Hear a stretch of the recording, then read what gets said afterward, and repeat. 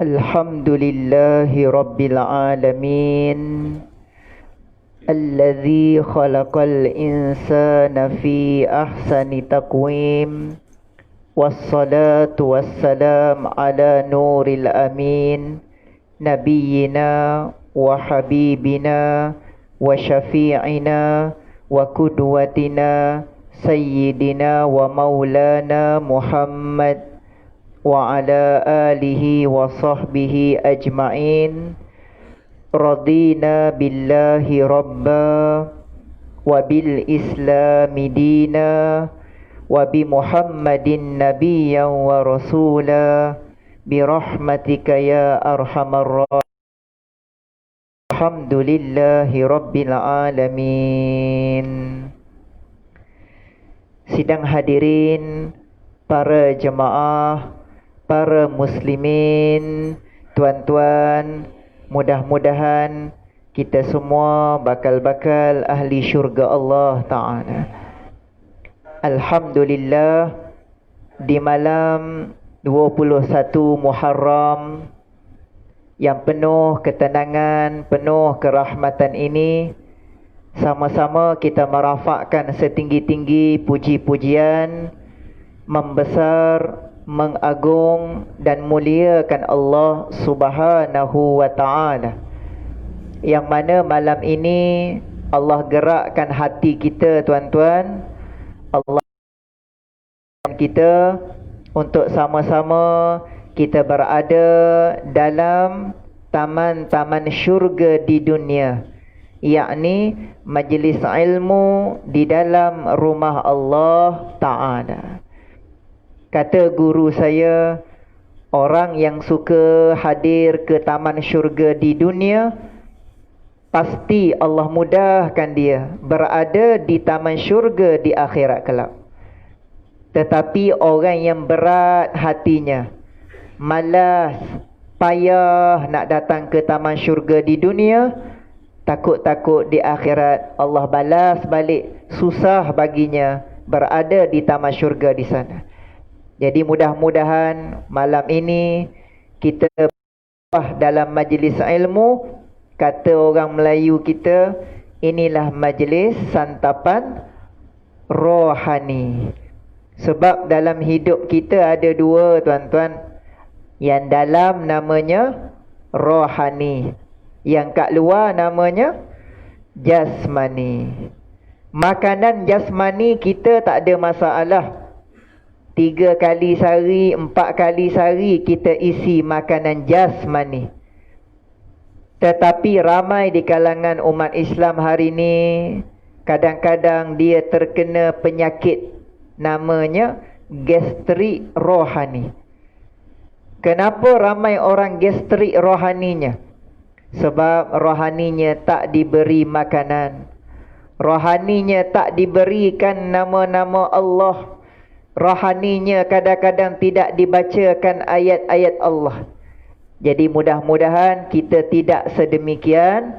Malam ini rohani kita kenyang, jasmani kita sihat walafiat, bercinta kita dengan Allah Subhanahu wa ta'ala. Allah. Salam perkenalkan, salam ukhuwah daripada saya, Ustaz Farhan. Kali pertama kita bertemu mata pada malam ini. Saya berasal dari Redland, Kelantan. Sekarang menetap di Bukit Indah, Ampang. Alhamdulillah, mudah-mudahan sedetik kita bersama malam ini dalam majlis ilmu berukhuwah sampai ke syurga Allah Subhanahu wa ta'ala. Teringat saya akan sabda Nabi sallallahu alaihi wasallam, la an taghduwa fatata'allama baban minal ilmi khairul lahu min an tusalli mi'ata raka'ah, atau kama qala an-nabiy sallallahu alaihi wasallam. Buah tangan yang Nabi janjikan pada kita, orang yang hadir majlis ilmu, apa tuan-tuan buah tangannya? Keluar menuntut ilmu seseorang kamu, maka pahala baginya terlebih baik daripada solat sunat 100 rakaat. Allahu Akbar. Ada ke depan saya yang pernah buat rakaat? Ada yang pernah buat? Macam tak pernah. Bukan macam, memang tak pernah pun. Tak cakap korang, saya sendiri pun tak pernah buat tuan-tuan. 100 rakaat satu malam. Tapi Nabi sebut hebatnya, istimewanya umat Nabi SAW duduk dalam majlis ilmu ikut SOP lebih kurang 40 minit, 30 minit je. Tetapi pahala lebih besar daripada solat sunat 100 rakaat. Inilah kelebihan kita umat baginda Rasul sallallahu alaihi wasallam. Lagi-lagi kita duduk dalam rumah Allah tuan-tuan. Inilah tempat yang akan menyatukan hati-hati umat Islam. Ketika Nabi sampai ke Madinah dalam peristiwa hijrah, mula-mula sampai, Nabi buat pasar raya dulu ke? Nabi buat kedai makan dulu ke? Nabi buat rumah dia dulu ke? Tidak. Sampai-sampai di Madinah, terus Nabi bina satu bangunan yang akan menautkan hati-hati umat Islam. Itulah yang dikenali dengan Masjid Quba, masjid pertama di bumi Madinah. Sebab itulah beruntung kita datang rumah Allah. Dekat dunia ni tuan-tuan, tangga apa yang payah sangat orang nak naik? Senang soalan tu. Dekat dunia ni tangga apa yang payah sangat orang nak naik? Ada orang jawab kat saya, Ustaz, tangga dekat Batu Cave tu. Warna-warni tangga tu Ustaz, tinggi. Saya jawab yang tu ramai orang naik. Yang seorang lagi jawab, Ustaz, tangga KL Tower. Tapi ada satu tempat, satu tangga ni, kalau Allah tak cuit hati tu, tak mampu dia naik. Itulah yang dinamakan tangga rumah Allah Ta'ala. Kadang-kadang surau masjid tak ada tangga pun. Tapi kalau Allah tak masukkan iman, tak mampu dia datang ke rumah Allah. Sebab itulah kita yang boleh hadir ramai-ramai malam-malam tuan-tuan, datang surau, datang masjid. Bukan sebab kudrat kita, bukan sebab kita sadar, tidak. Tapi sebab Allah berikan namanya taufik. Allah beri kekuatan pada kita. Kekuatan untuk kita mengimarahkan rumah Allah Subhanahu wa ta'ala. Dan inilah yang kita nak dalam kehidupan kita. Orang macam kita inilah para jamaah, orang yang sangat dibenci oleh siapa? Syaitan. Dekat dunia ni nak bergaduh boleh, bergaduhlah dengan setan sampai mati. Nak berbalah, nak bermusuh, nak saling membenci, silakan. Membenci dengan syaitan, bukan dengan manusia. Dalam surah Fatir ayat ke-6, Allah berfirman, Inna syaitana lakum aduwwu fattakhidhuhu aduwwa. Sesungguhnya syaitan musuh kamu, maka layanlah dia seperti musuh. Tengok jelas ayat Quran. Syaitan musuh kamu, layan dia seperti musuh. Maknanya jangan kita BFF pula dengan syaitan. Faham BFF? Best friend forever. Bahasa budak-budak sekolah. Kan? Jangan kita bersahabat pula dengan syaitan. Tetapi kita mesti jauhkan diri kita dengan syaitan. Syaitan dia nak curi daripada kita satu je para jemaah. Syaitan dia tak curi motor kita. Tak kira lah Y suku ke Y setengah ke. Syaitan tak curi kereta kita. Syaitan dia tak curi duit dalam akaun bank kita, tak. Tapi syaitan dia nak curi daripada kita satu je tuan-tuan. Apa namanya? Iman. Tu je dia nak. Dia nak cakar, nak curi iman yang dah ada dalam hati kita. Kalau tak mampu curi, syaitan, kalau dia mampu kurangkan iman kita pun dah berbanggalah dia para jemaah. Sebab apa? Sebab dia tahu hanya iman yang boleh membebaskan manusia dari api neraka Allah.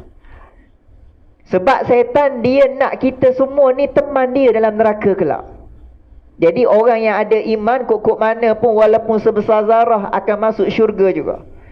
Jadi syaitan nak cabut iman daripada diri kita sebab dia nak kita teman dia dalam neraka kelak. Ada orang cakap kat saya, Ustaz, seronoklah syaitan. Setan dicipta daripada api. Kena bakar pun dalam api juga. Sama-sama api. Tak sakit lah dia. Sekali fikir, betul juga kan. Sebab sama-sama api. Tapi sekali fikir, dua kali fikir, tak betul. Walaupun setan api, kena bakar dalam api, tetap rasa azab sakitnya. Contoh tuan-tuan, contoh jangan marah. Tangan saya daripada tanah. Muka tuan-tuan pun daripada tanah juga. Kalau kena sebiji malam ni macam mana rasanya? Boleh tahan kira juga lebam. Walaupun sama-sama unsur tanah, tapi kalau orang bagi sebiji kat muka kita, lebam juga. Tengok. Sakit tak? Sakit walaupun sama-sama tanah. Begitulah setan. Walaupun dia api, kena bakar dalam api, tetap rasa azab. Kerana Nabi bersabda, sab'ina juz'an min harri jahannam. Api neraka 70 kali lebih panas daripada api dunia. Sebab itulah lepas solat ataupun duduk saja-saja, kita selalu baca doa, Allahumma ahyina bil iman, Allahumma amitna bil iman, Allahumma syurna bil iman, wa adkhilnal jannata ma'al iman. Hidup, mati, bangkit di padang mahsyar, masuk syurga, semuanya dengan iman. Sebab tu setan nak rebut sangat. Setan nak rebut sangat iman daripada diri kita. Sebab apa? Sebab dia tahu dengan iman akan meninggikan darjat seseorang kepada Allah Subhanahu wa ta'ala. Jadi kita yang hari-hari ulang alik rumah Allah ni tuan-tuan, mudah-mudahan iman kita makin bertambah. Iman barang kongsi-kongsi. Kalau iman barang boleh share-share tak apa tuan-tuan. Tapi tak boleh, iman tak boleh nak kongsi. Iman Nabi Nuh tak boleh nak kongsi dengan anak isterinya. Sehingga kan anak bini dia mati tenggelam dalam banjir besar. Peristiwa Nabi Nuh AS. Iman Nabi Musa tak boleh nak share dengan ayah angkat dia. Siapa ayah angkat Nabi Musa? Fir'aun. Walaupun duduk dalam istana, daripada kecil lagi Nabi Musa membesar dalam istana, ayah angkat dia tu masih tak boleh nak share iman tuan-tuan. Nak ceritanya apatah lagi dengan baginda Nabi Muhammad SAW pun tak boleh nak kongsi iman kepada pakciknya Abu Lahab dan juga Abu Talib. Sebab iman barang masing-masing kena jaga. Dia tak boleh main transfer. Kalau boleh main transfer seronok lah. Hujung minggu pergi jumpa Datuk Mufti. Datuk Mufti minta share sikit iman boleh ke? Main bluetooth pula, main transfer. Tak boleh. Sebab iman barang tak boleh nak kongsi. Benda lain boleh kongsi. Kereta boleh kongsi, motor boleh kongsi, duit, rumah boleh kongsi. Tapi iman barang tak boleh nak kongsi. Isteri boleh kongsi tuan-tuan? Tak boleh juga. Suami boleh kongsi? Perlahan jawab. Gurau ya tuan-tuan. Nak ceritanya apa? Nak cerita ada benda yang boleh kongsi, ada benda yang tak boleh kongsi. Jadi nak ceritanya di sini apa dia? Salah satu benda yang tak boleh nak kongsi-kongsi sampai ke akhir zaman, iman masing-masing kita kena jaga. Sebab itulah hari ni para jemaah yang berbahagia, yang dimuliakan Allah Ta'ala, kita iman dalam hati kita semai baik-baik, kita tambahkan nilai keimanan. Apatah lagi kita masuk tahun baru Hijriyah. Kita sekarang berada di bulan Muharram, 21 Muharram malam ini. Apa makna Muharram tuan-tuan? Muharram dalam Quran pun ada Allah sebut, surah Ibrahim juzuk 13, Inda baitikal Muharram. Muharram ni terjemahan mudah, bulan yang suci. Muharram, bulan yang suci. Samalah kita pergi Mekah hari ni tuan-tuan, Masjidil Haram. Apa maknanya? Masjid yang suci. Tanah haram, tanah suci. Muharram, bulan yang suci. Tetapi bila sebut makanan haram, terbalik. Tak sama tuan-tuan. Bila sebut makanan haram, pusing, terbalik. Itu makanan yang kotor, yang jijik. Sebab tu kena mengaji. Walaupun perkataan sama, sudut berbeza maksudnya. Makanan haram kena jauh, kena tinggal. Jangankan makanan haram, makanan syubhah pun kita kena tinggalkan. Apatah lagi yang haram. Jadi alim ulama kita kata macam mana para jemaah, sempena dengan Muharram, bulan yang suci, kita sucikan hati nurani kita. Kita bersihkan jiwa kita. Bahasa Arab kata apa? Tazkiyatun nafs. Penyucian hati, penyucian jiwa. Setiap hari zikir taubat jangan tinggal tuan-tuan. 3 je zikir taubat setiap hari sambil bawa kereta sebelum tidur. Tubna ilallah wa raja'na ilallah wa nadimna ala ma fa'alna. Ringkas, mudah, senang kita sebut di mulut. Tubna ilallah, ya Allah, kami bertaubah kepadamu ya Allah. Banyak dosa-dosa kami, banyak kelalaian kami, banyak kami sengaja ataupun tidak. Tuan-tuan, pintu yang paling luas dalam Islam namanya pintu taubat. Dan pintu taubat tak akan tertutup melainkan 2 keadaan. Matahari naik sebelah barat pada hari kiamat, ataupun yang kedua bila nyawa dah sampai di halkum. Jadi 2 keadaan ini dah sampai kepada kita, belum jadi lagi pada kita. Maknanya pintu taubat stay masih terbuka, terbentang luas. Jadi kita banyak bertaubah kepada Allah. Allah tak pandang siapa kita 10 tahun yang lalu, tapi Allah pandang now, siapa kita hari ini dan akan datang. Dan yang kedua, wa raja'na ilallah, kami kembali pada jalanmu ya Allah. Mungkin selama ni kami tersalah pilih jalan, tersalah langkah dan sebagainya. Sekarang wa raja'na, kita kembali kepada jalan Allah.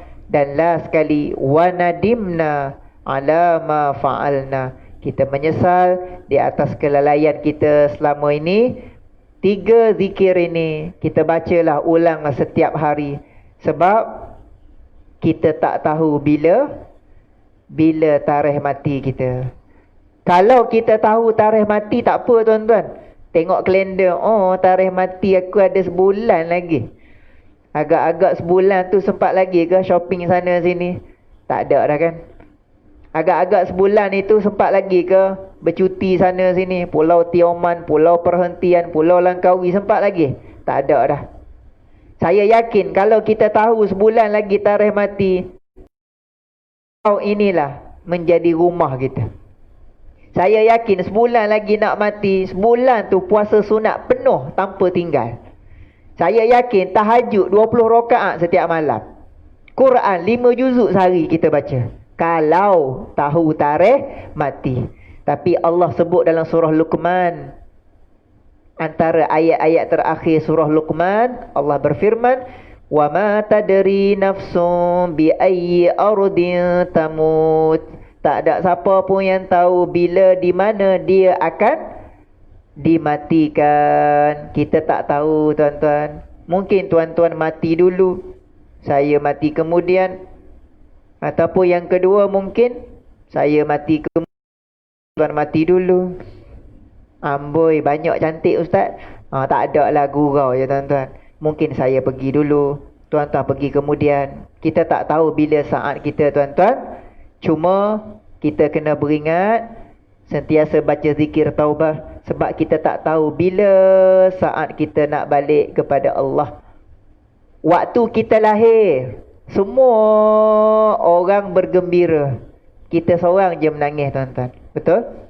Waktu kita lahir dulu, keluar daripada perut mak rahim ibu kita, kita seorang je menangis. Orang lain semua bergembira.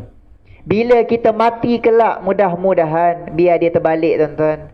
Biar kita seorang bergembira nak bertemu dengan Allah, nak masuk dalam kubur taman syurga. Biar orang lain menangisi kita. Biar terbalik, tuan-tuan. Itu tanda kita orang soleh. Tapi kalau kita mati, orang kata mati dah. Oh, sebab 4 tahun lepas lagi kau mati. Kalau orang kata macam tu, faham-faham je lah. Kita bukan orang disayangi, takut-takut orang yang sebaliknya pula. Wal'iyadzubillah min zalik. Sama juga tuan-tuan. Waktu lahir, kita diazankan di telinga tanpa solat. Bila kita mati, dia terbalik. Kita disolatkan tanpa azan. Begitulah hakikat dunia. Jadi kita tak tahu bila saat kita. Sebab itulah zikir taubat kita sentiasa baca. Dan kata guru saya, manusia yang cerdik adalah manusia yang nafasnya telah terhenti, tetapi pahala untuknya tak pernah terhenti. Boleh faham tuan-tuan kan? Orang yang cerdik, ini orang yang banyak buat manfaat kat dunia, yang menyebabkan walaupun dia dah mati, tapi pahala penuh masuk dalam akaun dia. Macam kita hari itulah, 3 bulan PKP, kuarantin je, tapi gaji penuh masuk akaun. Itulah manusia yang cerdik. Yakni manusia yang dekat dunia dia banyak bagi manfaat. Ada ilmu, beri manfaat ilmu. Ada kecerdikan, guna akal untuk. Lagi ada harta, wang ringgit, tenaga, banyak beri pada infak pada agama Allah. Itulah orang yang walaupun mati, nafasnya terhenti, tetapi pahala untuknya tak pernah berhenti. Terus menerus mengalir masuk dalam akaun kita, memenuhkan pahala di akhirat kelak. Sebab itulah hari ini kita sama-sama muhasabah diri kita. Kita beringat dengan apa yang telah dicontohkan oleh Allah dalam Quran. Kita tak nak jadi macam Fir'aun. Fir'aun bila dah nak mati, baru nak ingat pada Allah, baru nak ingat pada Tuhan. Sombong, bongkak, mengaku Tuhan. Bila Fir'aun mati tuan-tuan, ulang tahun kematian dia 10 hari lepas. Kan kita puasa sunat 10 Muharram hari tu kan? 10 Muharram itulah hari Nabi Musa belah laut. 10 Muharram itulah hari Nabi Musa lintah laut. Dan 10 Muharram juga itulah hari Fir'aun dan tenteranya wafat pula dah. Bukan wafat, mati, tenggelam di Laut Merah.